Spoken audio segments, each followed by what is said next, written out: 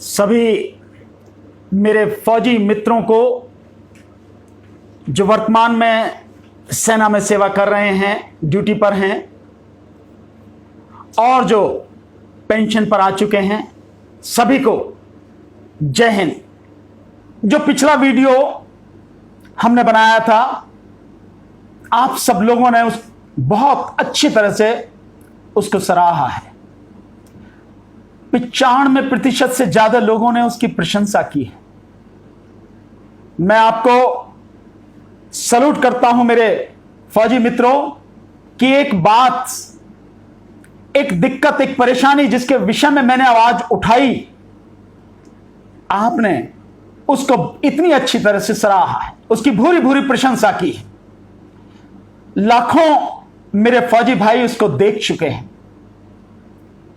और उन्हीं फौजी भाइयों में से कई साथियों के बड़े अच्छे अच्छे कमेंट आए हैं।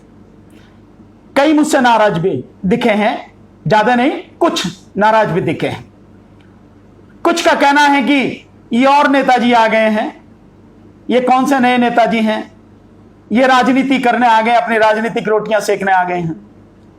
एक साथी कहते हैं कि मैं आपको जानता हूं कि किस तरह की जातिवादी राजनीति आप करते हैं। ऐसे भी कुछ साथियों के कमेंट हैं। आपके सभी के कमेंट सिर माथे पर। जो ये समझते हैं कि मैं राजनीति कर रहा हूं, उनके भी कमेंट सिर माथे पर। जो प्रशंसा कर रहे हैं, उनके भी कमेंट सिर माथे पर। जिन्होंने मुझे गाइड किया है, जिन्होंने मुझे सूचनाएं दी हैं, उनका भी जो प्रयास है वो भी सर माथे पर। 2-3 चीजें मैं साथियों आपसे कहना चाहूंगा।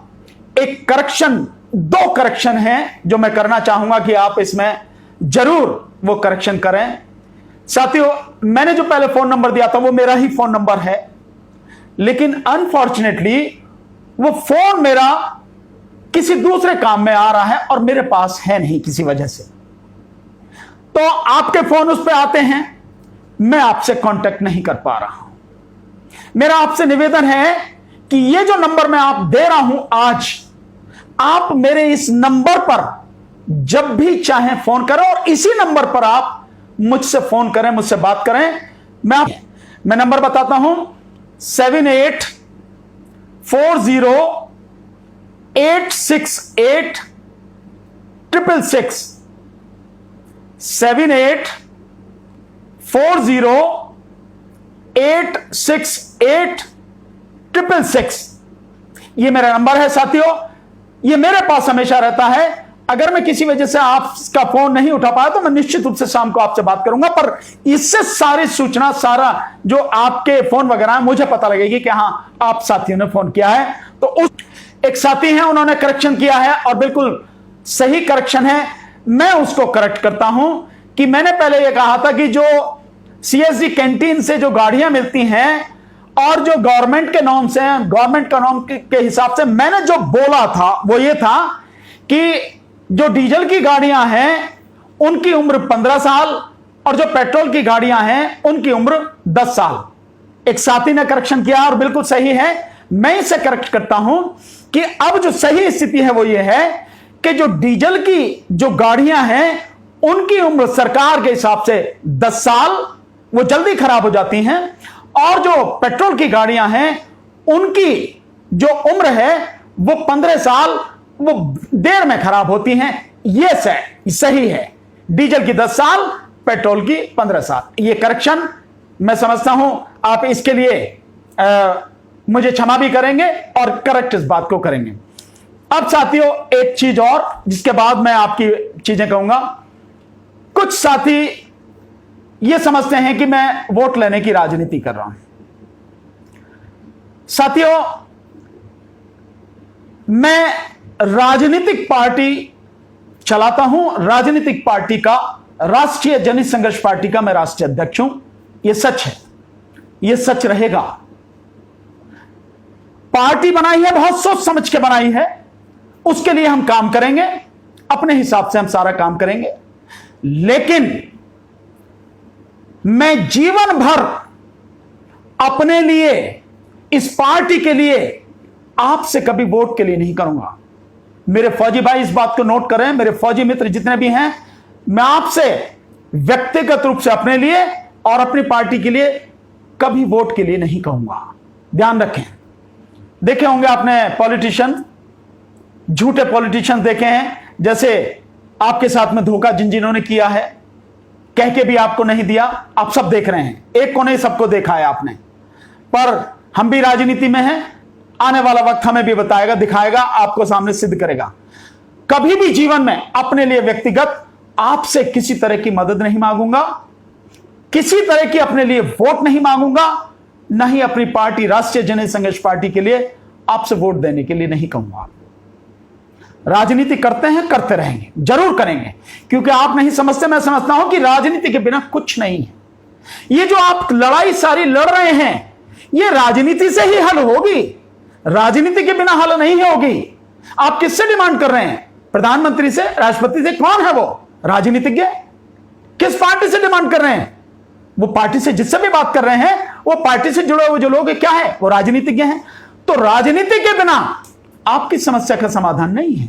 आपकी समस्या का समाधान राजनीति से ही होगा। और मैं इसीलिए आपसे तब भी कहा था कि राजनीति को समझना जरूरी है, बाहर नहीं बैठना है, राजनीति में अंदर आके, राजनीति में घुस के अपनी लड़ाई को लड़ना है, अपने भाइयों के हक को दिलवाना है। बिना इसके संभव नहीं है। बाहर बैठे आप बैठे रहिए, कोई नहीं सुनता। यहां तो सब सारी की चीजें ऐसी बट्टे खाने में, खत्ते में जाती हैं, कोई फर्क नहीं पड़ता। यह स्थिति है।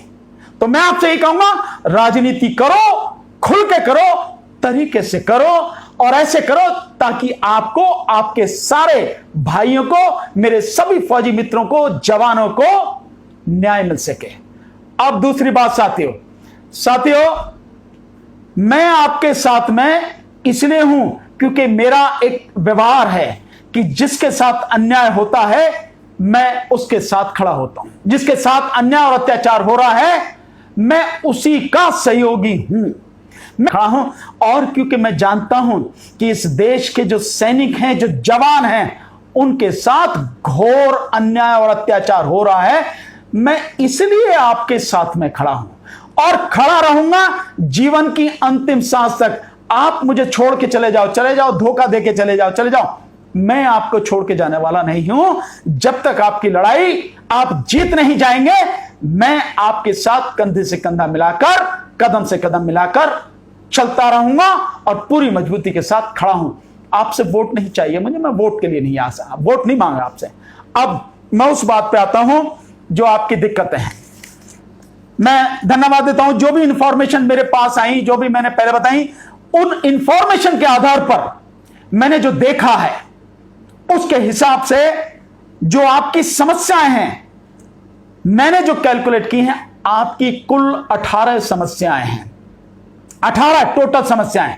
मैं आज सबके विषय में नहीं कहूंगा, लेकिन मैं जो आपकी समस्याएं हैं उनको बताता हूं, और किसके विषय में कहूंगा यह भी मैं बताऊंगा।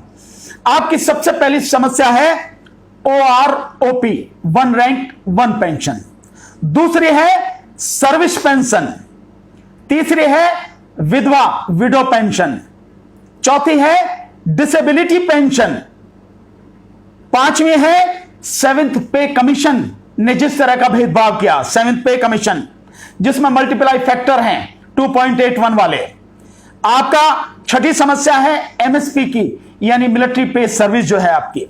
सातवीं है CSD कैंटीन, और CSD कैंटीन में भी 3 समस्याएं हैं मेन रूप से। नंबर 1, जो गाड़ी मिलती है ऑफिसर्स को और आपको, उनमें जो भेदभाव है, जो राशन मिलता है उनमें जो भेदभाव है, और जो कैंटीन, CSD कैंटीन का प्रॉफिट होता है, उस प्रॉफिट को कहां लगाना चाहिए और कहां लगाया जा रहा है, ये जो आपकी दिक्कतें हैं, ये 3 समस्याएं हैं ये। Number 8, security agencies. जो सिक्योरिटी एजेंसीज आप कहते हैं कि वो ऑफिसर्स को मिलती, जवानों को नहीं मिलती, ये एक आपकी बड़ी वैलिड समस्या है, सिक्योरिटी एजेंसीज। नंबर 9, ECHS, यानी जो ECHS की है आपकी, ये जो हेल्थ स्कीम है, ये health scheme, ex serviceman contributory health scheme, ये एक आपकी समस्या है, जो इसमें भ्रष्टाचार है, जो भेदभाव है। एक है आपकी बटमैन यानी हेल्पर की जो समस्या है। नंबर 11, जो मेडल मिलते हैं, वो मेडल क्यों अधिकारियों को ही ज्यादा मिलते हैं, फौजियों को, सैनिकों को क्यों नहीं मिलते हैं, इसमें जो भेदभाव है। नंबर 12, AGI यानी आर्मी ग्रुप इंश्योरेंस जो है एक, ये आपकी समस्या है। नंबर 13, जो 1965 और 1971 की जो जंग हुई थी पाकिस्तान के साथ, उसमें जो भारतीय सैनिक पाकिस्तान के कब्जे में है और पाकिस्तान की जेलों में है, सरकार की तरफ से उनकी रिहाई के लिए कोई काम अभी तक नहीं किया गया। यह एक आपकी बड़ी वैलिड समस्या है। एक है जो रिजर्व पेंशनर हैं, उनकी जो 62 के युद्ध वगैरह में आ गए थे और उनकी जो पेंशन है, जो वो भी एक आपकी समस्या है। एक है आपकी ऑनररी रैंक पेंशनर, यह भी एक आपकी समस्या है। एक और नई समस्या है जिसमें हो रहा है कि उसकी रैंक किस तरह के होने चाहिए, सेना के कोई ऑफिसर्स की बनाई गई है, कमेटी वगैरह बनाई जा रही है किस तरह से। NFU यानी नॉन फंक्शनल अपग्रेड, यानी ऑफिसर्स को 3 ग्रेड का प्रमोशन, अगर वो मेजर रैंक तक भी है तो उसे कैसे दे दिया जाता है, और लेफ्टिनेंट कर्नल के रैंक का उसको जो है वो मिलता है, जो प्रमोशन है वो मिल जाता है, वो ग्रेड उसको मिल जाता है और आपको नहीं मिलता, किस तरह की वो चीजें हैं। तो NFU जो है एक, ये भी आपकी समस्या है जिसके विषय में। एक है आपका DA, आपका महंगाई भत्ता रोका गया है। महंगाई भत्ता क्यों आपको नहीं दिया गया? जब इतनी महंगाई है तो क्यों नहीं दिया जाता, वो क्यों रोका गया बिना पूछे बिना बताए? एक है। और एक है साथियों जो भ्रष्टाचार है, सेना में जो भ्रष्टाचार है वो भर्ती में है, वो ECHS में है, वो कैंटीन में है, वो सेना के लिए जो इक्विपमेंट्स खरीदे जाते हैं उनमें है, और जो बटमैन वाला भ्रष्टाचार है वो। ये जो मैंने सारी चीजें देखी हैं, जो इंफॉर्मेशन, जो मटेरियल मुझे सप्लाई किया गया आपके साथियों ने, विशेषकर मिस्टर कपिल जी ने, उसके आधार पर और जितना मैं जानता हूं जो मैंने सारी चीजें हैं, ये 18 समस्याएं आपकी हैं और मैं मानता हूं ये आपकी बड़ी जेन्युइन समस्याएं हैं। और इन सब में एक सबसे बड़ी जो समस्या है जिससे भेदभाव झलकता है कि जो भी कमेटी बनाई गई, चाहे पेंशन तय करने के लिए, चाहे पे कमीशन में या कहीं किसी भी तरह की, कहीं भी जवानों को उन कमेटी में नहीं रखा गया, केवल और केवल ऑफिसर्स को रखा गया, जिसका नतीजा यह हुआ ऑफिसर्स ने अपने लिए तो सब कुछ कर लिया और जवान वहीं के वहीं रह गए, जवानों के लिए कुछ नहीं किया। और जवान आज भी इस तरह से, मैं ये कहूं कि बड़ी अजीब सी स्थिति है, इतनी भयानक, इतनी गुलामी की जिंदगी, इतनी कठिन जिंदगी जी रहे हैं जिसका अंदाजा नहीं है। इस देश की जनता को नहीं पता कि भारतीय सेना में ऑफिसर्स और जवानों के बीच में कितना बड़ा भेदभाव और जवानों के साथ, सैनिकों के साथ कितना जबरदस्त भेदभाव और अन्याय और अत्याचार हो रहा है। यह जनता को पता होना चाहिए कि सेना की क्या स्थिति है। जनता को कुछ मालूम ही नहीं है, तो अगर मालूम नहीं है तो वो क्या कहेगी, कैसे आपके साथ आएगी, कैसे खड़ी होगी? ये जो सारी की सारी चीजें हैं, मेरा यही प्रयास है कि जनता को ये सारी चीजें पता लगे, उसी के लिए मैं कोशिश कर रहा हूं। तो आपके जो साथ है, अब मैं इसमें से आज आपके सामने जो मैं बाकी पॉइंट जो बाद में लूंगा, लेकिन आज इस वीडियो में मैं 4 पॉइंट आपके साथ डिस्कस करूंगा जिनमें बड़ा जबरदस्त भेदभाव है। मैंने भी कुछ कैलकुलेट किया, आपने भी कैलकुलेट करके भेजा, वही मैं आपके सामने सारी चीजें रखूंगा। Number 1 OROP, number 2 service pension, number 3 विधवा पेंशन, नंबर 4 डिसेबिलिटी पेंशन और नंबर 5 7th पे कमीशन। आज केवल इन्हीं 5 विषयों पर बात हम करेंगे। अब मैं आता हूं OROP, 1 रैंक 1 पेंशन। साथियों, जो मुझे आपने इंफॉर्मेशन भेजी है, मैं पूरी तरह आपसे सहमत हूं कि OROP ये बेसिकली जवानों के लिए था, ऑफिसर्स के लिए नहीं था। लेकिन इसका सारा फायदा ऑफिसर्स लेके चले गए और जवान बिल्कुल खाली हाथ वहीं की वहीं रह गए। ये जो OROP है, आपने बिल्कुल सही कहा, जवानों के लिए इसलिए है ये OROP कि जवान जो भर्ती होता है 18 साल की उम्र में भर्ती होता है और लगभग 35 साल की उम्र में उसे फौज से कमीशन दे दिया जाता है, फौज से छुट्टी दे दी जाती है, वो फौज छोड़ के उसको भेज दिया जाता है घर। यानी कि एक तरह से कहें कि वो रिटायर होके आ जाता, पेंशन होके आ जाता है, ज्यादा से ज्यादा 35 साल की उम्र में। और जो JCOs हैं या यूं कहें कि जो सूबेदार मेजर हैं, वो ज्यादा से ज्यादा 42 साल तक की, अगर जो इंफॉर्मेशन आपकी है इस हिसाब से अगर मैं सही कर रहा हूं, अगर इसमें भी कहीं है तो करेक्ट कीजिए जरूर मुझे, क्योंकि हम ये चाहते हैं कि चीज बिल्कुल मुझे भी आपको भी पूरी तरह से क्लियर हो, साफ मालूम हो, कहीं कोई गड़बड़ी ना हो, ताकि जब ये बात हो, जब आपकी लड़ाई हो और जब सरकार के सामने बैठा जाए, आंख में आंख डाल के बात की जाए, तो हमें सब चीज क्लियर होनी चाहिए और हम सरकार के आंख में आंख डाल के कह सकें ये गलत है, ऐसे करना है, सैनिकों को ये दिया जाए। तो मैक्सिमम 42 साल, और फौजी जो है, जो सैनिक है 35 साल की एज में रिटायर होकर घर आ जाता है, तो उसकी जो बकाया जिंदगी है। और जो ऑफिसर्स हैं, वो ऑफिसर्स कब रिटायर होकर आते हैं? ऑफिसर्स 58 साल से 60 साल की उम्र में रिटायर होकर आते हैं। तो जब 60 साल की उम्र में रिटायर होकर आते हैं, इसका मतलब यह है कि पूरा जो सर्विस का, गवर्नमेंट जॉब का जितना भी वो होता है, वो पूरा करके आते हैं। अब जो आपकी एक्सप्लेनेशन है मैं उसके हिसाब से आपको कह रहा हूं, जो सैनिक है जब वो 35 साल की उम्र में आता है रिटायर होके, माना उसकी शादी जो है 22, 23, 24 साल में हो गई, 25 साल में उसका बच्चा हो गया, तो जब 35 साल में आ गया उसका बच्चा 10 साल का होता है, उसके पास में पेंशन के अलावा और कोई बेनिफिट है ही नहीं, उसको नौकरी भी नहीं मिलती है, बड़ी दिक्कतें आती हैं। तो केवल उसके पास में जो उसके परिवार का, उसका गुजारे का जो है वो केवल पेंशन है, पेंशन के अलावा उसके पास कुछ नहीं है। और वो पेंशन भी अगर सिर्फ इतनी हो, ऊंट के मुंह में जीरा जरा सी हो, तो वो इस महंगाई के दौर में, ऐसे समय में कैसे अपने बच्चों को पढ़ाएगा, कैसे अपने बच्चों का पालन पोषण करेगा, कैसे अपना जीवन यापन करेगा, अपने माता पिता को कहां से रोटी खिला पाएगा।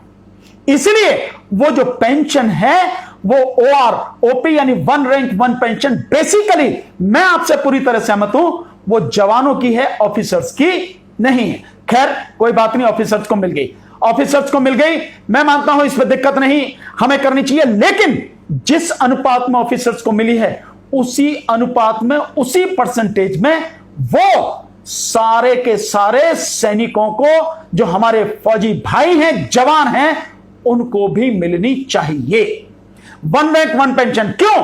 क्योंकि जो ऑफिसर का, जब ऑफिसर रिटायर होकर आता है 60 साल की उम्र में, तो ऑफिसर का जो बच्चा है उसकी शादी होगी माने 24-25 साल में, उसी तरह से 25 साल में उसका जो बेटा हो गया, बेटा जो है जब वो रिटायर होकर आता है तो उसका बेटा भी करीब 30-35 साल का होता है ऑफिसर का, और उसका जो बच्चा होता है जब उसकी भी शादी, मान लें कि उसकी भी शादी अगर उसी 23-24 साल की उम्र में हो गई, तो उस समय, जिस समय जो अफसर रिटायर होकर आता है, उस समय उसका बच्चा, बेटा करीब 35 साल का, और उसका पोता वो 10 साल का।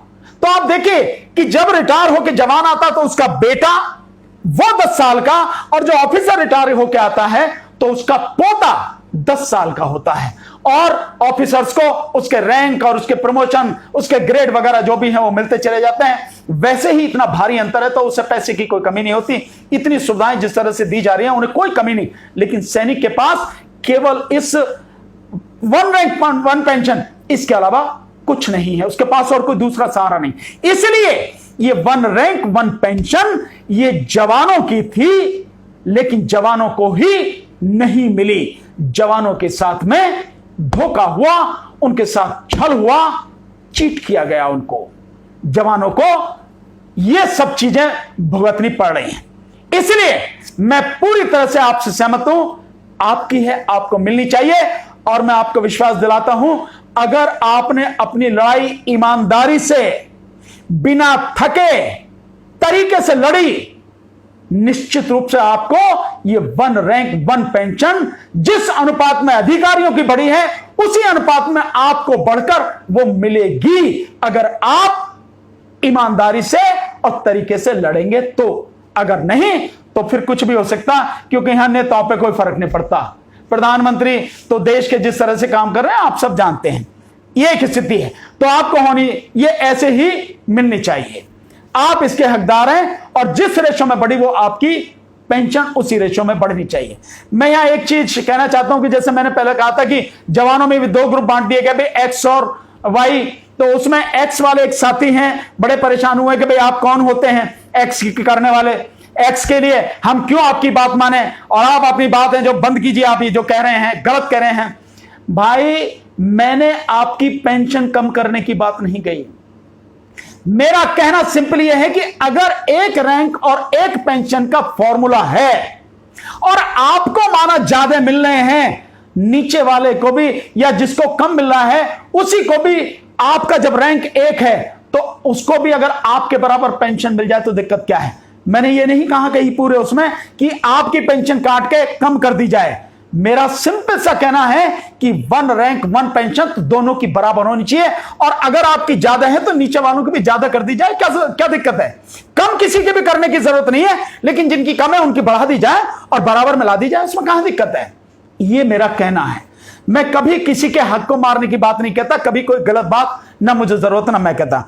अब एक बात तो मैं सहमत हूं, ओआरओपी आपकी है, आपको मिलेगी, ईमानदारी से लड़ना है, डट के लड़ना है, बिना डर बिना झिझक के लड़ना है और पूरी रणनीति बना के लड़ना है। अभी तक मुझे ऐसा लगा नहीं है आपकी जिस तरह की रणनीति। अब दूसरा आ जाते हैं हम सर्विस पेंशन पर। जो सर्विस पेंशन है, आपकी सर्विस पेंशन, वाकई में आपके साथ में बहुत बड़ा अन्याय हुआ है। देखिए, जो मेरे पास मुझे डाटा आपने दिए गए हैं, छठे पे कमीशन के बाद में जो आपकी सर्विस पेंशन है, जो सर्विस बेसिक पेंशन इन 2006 यानी 2006 में जो थी, वो अफसर यानी लेफ्टिनेंट कर्नल रैंक का मुझे दिया गया है। इसमें जो बताया गया है, उनकी जो बेसिक पेंशन थी 2006 में वो थी 14,600, और उनकी जब बेसिक पेंशन ओआरओपी की बात हुई वो हुई 33,225, यानी कितनी बढ़ी?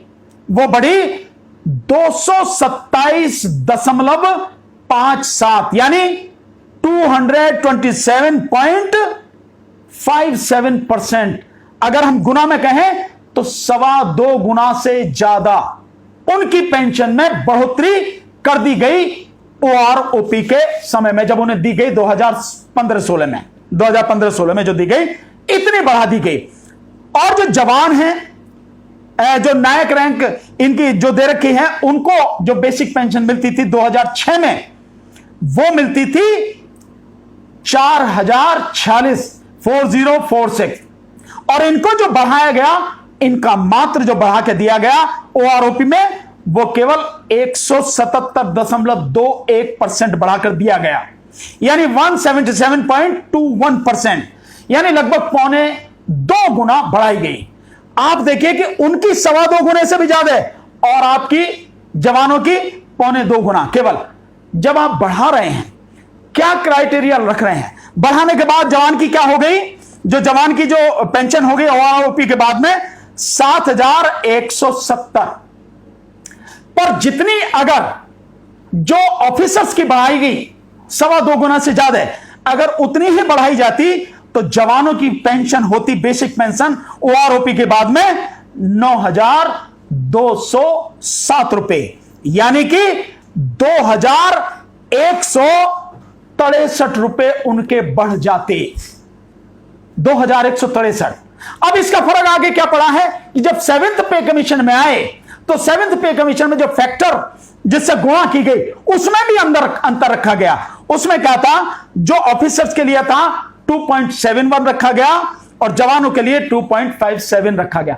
मेरा एक बहुत सीधा सा, एक आम व्यक्ति भी अगर पूछेगा, और मैं आपके माध्यम से सरकार से पूछना चाहता हूं, या 7th पे कमीशन में जो लोग थे वो सारे के सारे, मैं उनसे जानना चाहता हूं कि अगर आपने 227.57% ऑफिसर्स की बेसिक पेंशन बढ़ाई तो आपने इतनी ही जवानों की क्यों नहीं बढ़ाई? आखिर बढ़ाने का क्या क्राइटेरिया था? क्या महंगाई की वजह से बढ़ाई गई?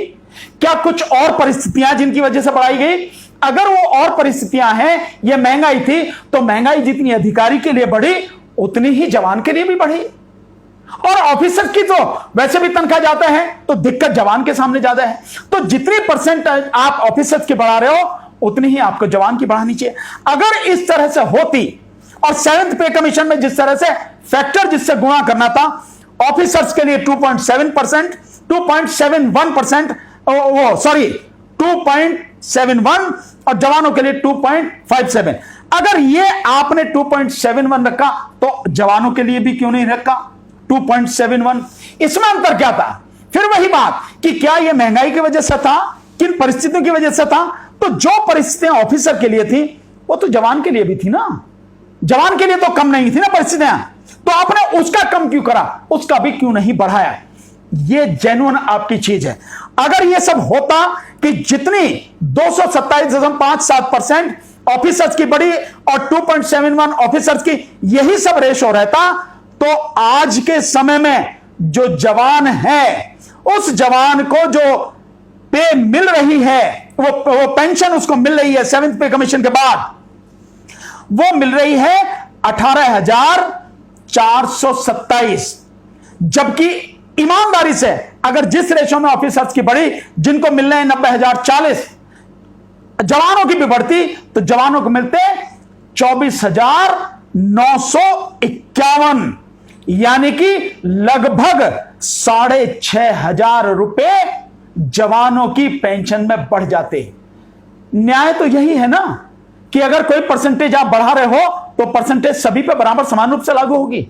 तो यह अन्याय है सरकार ने जो किया है, सरकार को अपने इस अन्याय को खत्म करना पड़ेगा और जवानों को ईमानदारी से जो उनका हक बनता है, जो सर्विस पेंशन उनकी बनती है, उसी हिसाब से वो देनी पड़ेगी।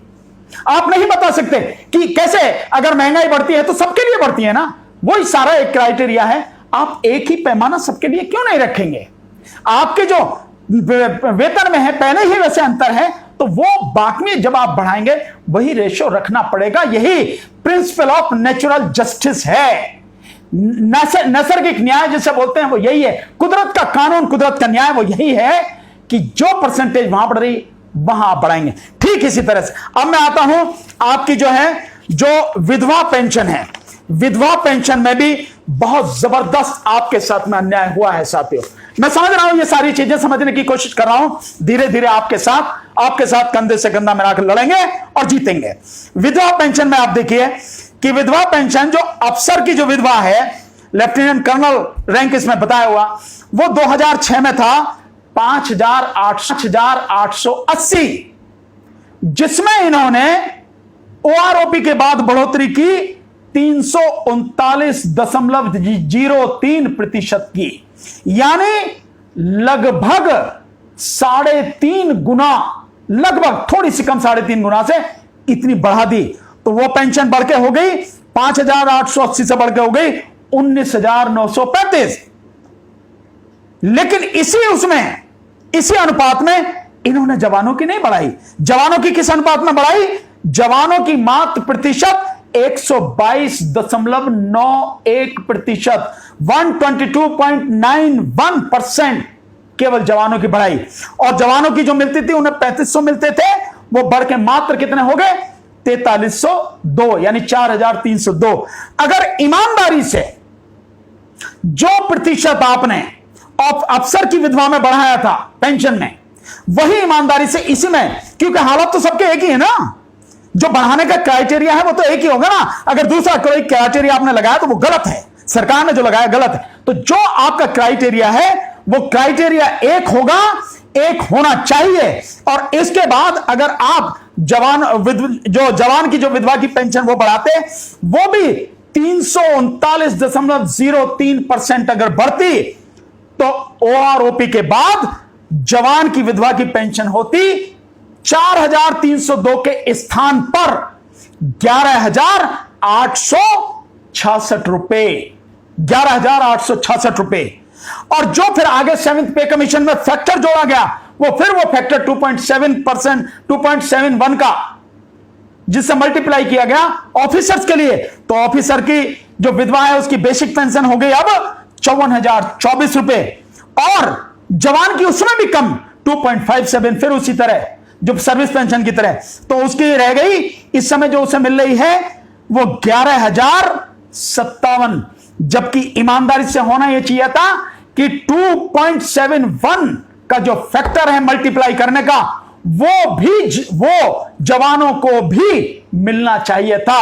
और अगर उस हिसाब से दिया जाता और पहले भी जैसे ठीक किया जाता 339.03%, तो आज जवानों की विधवा को जो पेंशन मिलती वो 32,157 रुपए मिल रही होती, यानी 11,057 के स्थान पर 32,157 मिल रही होती। मतलब यह कि 21,000 से भी ज्यादा की उसमें बढ़ोतरी होती, जो नहीं हुई। और जो गलत हुआ, अन्याय हुआ, अत्याचार हुआ जवानों के साथ, सैनिकों के साथ, वो जो अपनी जान की परवाह न करके सीमा पर डटे रहते हैं, आतंकवादियों से लड़ते हैं, और जब शहीद होते हैं तो उनके परिवार को कोई देखने वाला नहीं, और उनकी शहादत की बदौलत हम सब सुख और चैन से अपने घरों में जीते हैं। सरकार को उनके विषय में सोचना चाहिए था, उनके साथ पूरी तरह ईमानदारी से काम करना चाहिए था, लेकिन नहीं हुआ। अब मैं आता हूं जो चौथी चीज है आपकी, वो बड़ा भयानक, बहुत ही जबरदस्त अन्याय है। और अन्याय इससे भी ज्यादा है कि सरकार जो एक सूचना देती है, वो सूचना सैनिकों का मनोबल तोड़ने की। मैं उसे एक बार जरूर देखना चाहूंगा, पर फिर भी मैं अभी आप ही की बात को लेकर चल रहा हूं, जिसमें मैं अपनी बात कह रहा हूं, वो है डिसेबिलिटी पेंशन। ये जो डिसेबिलिटी पेंशन है, एक बहुत सिंपल सा सिद्धांत है। चाहे जवान हो, चाहे ऑफिसर हो, या कोई भी साधारण व्यक्ति हो, अगर युद्ध में या काम करते हुए, सर्विस पर रहते हुए, ड्यूटी के समय पर किसी की किसी तरह की क्षति होती है, माना किसी का हाथ कटता है, तो जवान का हाथ कटता है, उसकी भी वही कीमत है। ऑफिसर का हाथ कटता है, उसकी भी वही कीमत है। जो साधारण व्यक्ति है, उसकी भी वही कीमत है। हाथ हाथ में क्या अंतर हो सकता है, या पैर कटता है तो उसमें क्या हो सकता है? कोई भी किसी तरह की एक ही समान जो इंजरी है, जो घाव हैं, जो चोटें हैं, उनमें समान रूप से उनको कंपनसेशन दिया जाना चाहिए। पर इतना बड़ा भेदभाव, बहुत अफसोस की बात है, इतना बड़ा भेदभाव सेना में चल रहा है और कोई बोलने वाला नहीं, कोई नेता नहीं, कोई मंत्री नहीं, कहीं किसी एंगल से, किसी कोने से कोई आवाज नहीं उठती है।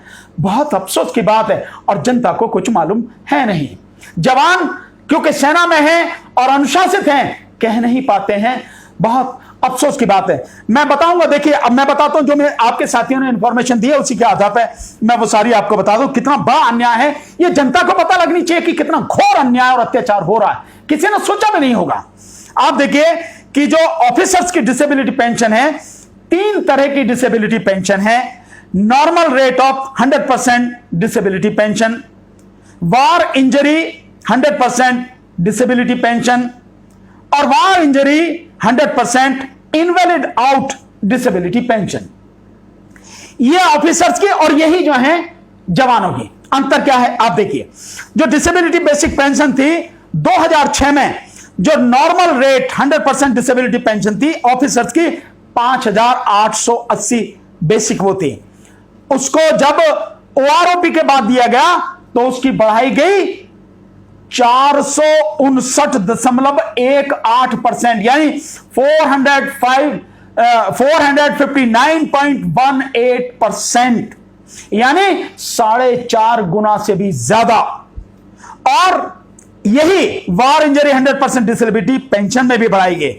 और ये जो war injury 100% invalid out disability pension है, इसमें बढ़ाई गई 765.31%, यानी 765.31% बढ़ाई गई, मतलब 7.5 गुना से ज्यादा।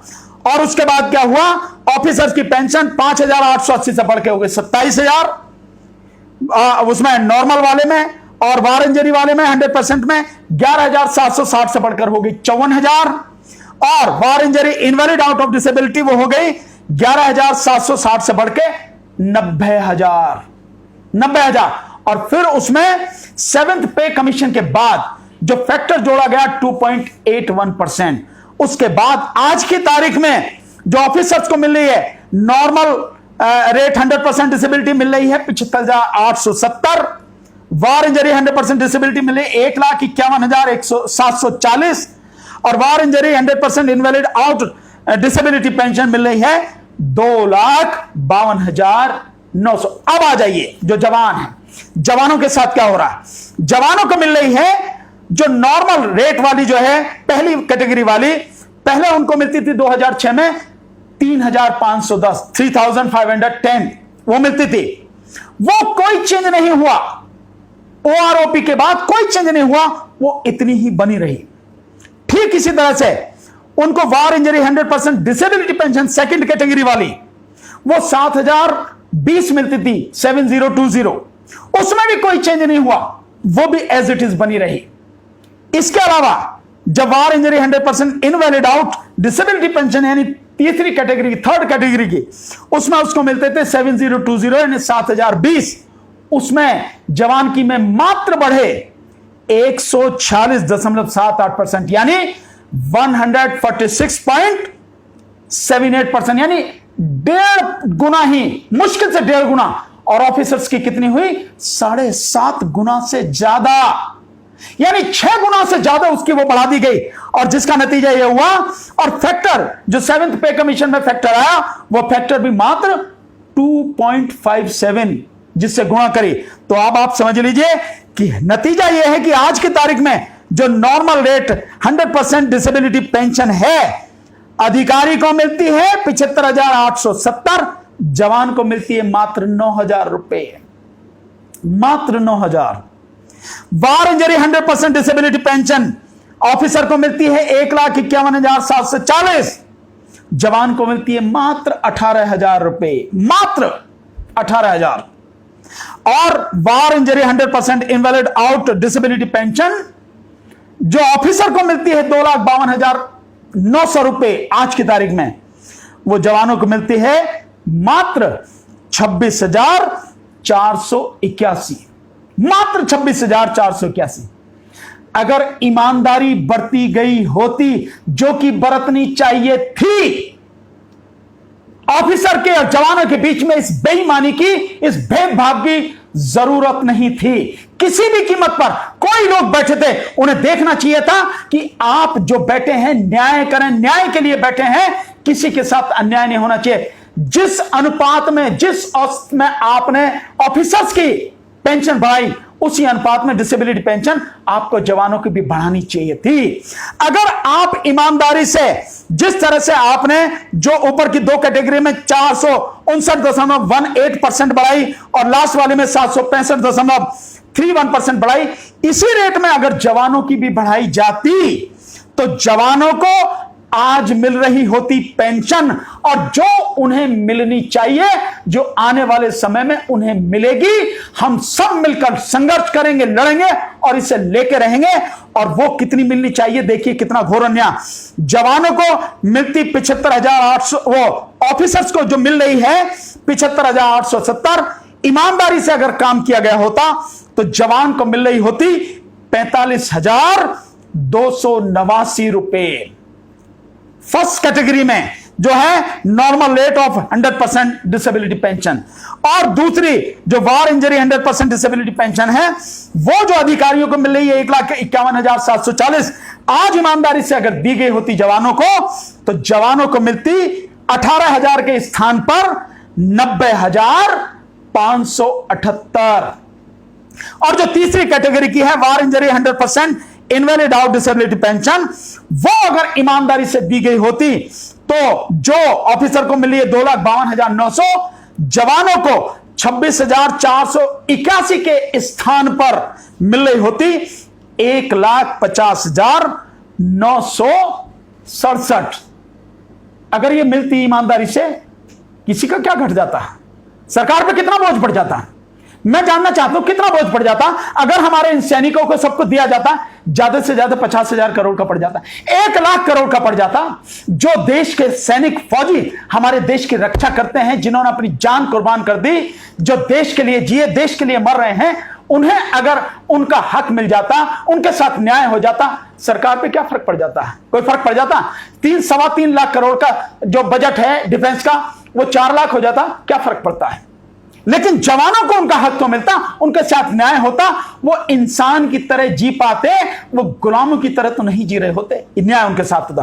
अब आखिर में जो आपके साथ, जो आखिर में लास्ट है, जो सबसे बड़ी बेईमानी आपके साथ हुई, वो हुई 7th पे कमीशन ने, जिसने जो क्राइटेरिया दिए आपके लिए, जो क्राइटेरिया दिए वो क्राइटेरिया उसने बना दिए आपके लिए 2.57 का जो गुणा करी और जो मल्टीप्लाई किया फैक्टर, और जो ऑफिसर्स के लिए था वो 2.67 से लेके 2.72 2.78 और 2.81, जनरली मान लिया जाए 2.81। तो जो 2.81 मल्टीप्लाई किया ऑफिसर्स के लिए, ईमानदारी की बात यह है कि वही मल्टीप्लाई करना था जवानों के लिए। तो 7th पे कमीशन में आपके साथ इस तरह से अन्याय हुआ, शुरू से आपके साथ अन्याय हुआ। एक बार अगर परसेंटेज सही तरीके से जिस परसेंटेज में ऑफिसर्स की बढ़ा रहे हैं उसी परसेंटेज जवानों की बढ़ाते तो यह अन्याय नहीं होता, जवानों को उनका हक मिल गया होता। और वो इस आजाद देश में जिसकी सेवा करके वो आए हैं, पेंशन लेके आए हैं, वो इंसान की सम्मान से जिंदगी जी रहे होते साथियों। ये नहीं हुआ, पर कोई बात नहीं साथियों, अब लड़ना है, अब लड़ना है, ईमानदारी के साथ में लड़ना है, मजबूती के साथ में लड़ना है, पूरी रणनीति बना के लड़ना है और तरीके से लड़ना है। एक चीज और बता दे रहा हूं साथियों, कुछ साथियों ने कहा है कि आप सुप्रीम कोर्ट में लड़िए। आप सुप्रीम कोर्ट को नहीं जानते, आप में से कई लोगों ने पिटीशन डाल रखी है, मालूम है क्या हुआ, क्या स्थिति रही, समझ में तो आ रहा होगा। फिर भी आप कहते हैं कि सुप्रीम कोर्ट में जाएं। सुप्रीम कोर्ट में जाने से आपको मिल जाएगा, उम्मीद है क्या? ये सारी चीजें इस छलावे में मत रहिए, इस बहकावे में मत रहिए। मैं एक सुप्रीम कोर्ट के जज साहब, उनका नाम नहीं बताऊंगा आपको, लेकिन उन्होंने, उनसे जब एक बार बात हुई तो उन्होंने कहा कि जितनी भी हो सके कोशिश पॉलिटिकल एंड पर अपने जो मसले हैं उनको सुलझाने की कोशिश कीजिए। कोर्ट में आपको क्या मिलेगा क्या नहीं मिलेगा, नहीं मिलेगा, कम मिलेगा कम नहीं, आप कुछ नहीं कह सकते हैं। तो कोशिश कीजिए पॉलिटिकल एंड पे। तो मैं आपसे कहूंगा साथियों, आप कहेंगे मुझे अनुभव है, आप बाहर खड़े हैं, मैं अंदर खड़े होके सुप्रीम कोर्ट की स्थिति आपको बता रहा हूं, अदालतों की स्थिति आपको बता रहा हूं। मैं उस रास्ते को नहीं चुनने वाला हूं। मेरा रास्ता सीधा है कि जो कर सकते हैं, जो करने वाले हैं, जिनके हाथ में अधिकार है वही करेंगे, उन्हीं से हम करवाएंगे, उन्हीं से लेकर रहेंगे। और फिर मैं आपको दोबारा कह रहा हूं, राजनीति से बाहर नहीं, राजनीति के अंदर आइए, अंदर आइए, अंदर आके खेल खेलिए, अपना हक लीजिए, लड़के संघर्ष करके लीजिए। हम आपके साथ में कंधे से कंधा और कदम से कदम मिला के खड़े रहेंगे साथियों। इसी के साथ आज का मैं ये वीडियो यहीं समाप्त करता हूं। बाकी और जो चीजें हैं आगे अगले वीडियोस में डिस्कस करेंगे। बहुत बहुत शुक्रिया। जय हिंद।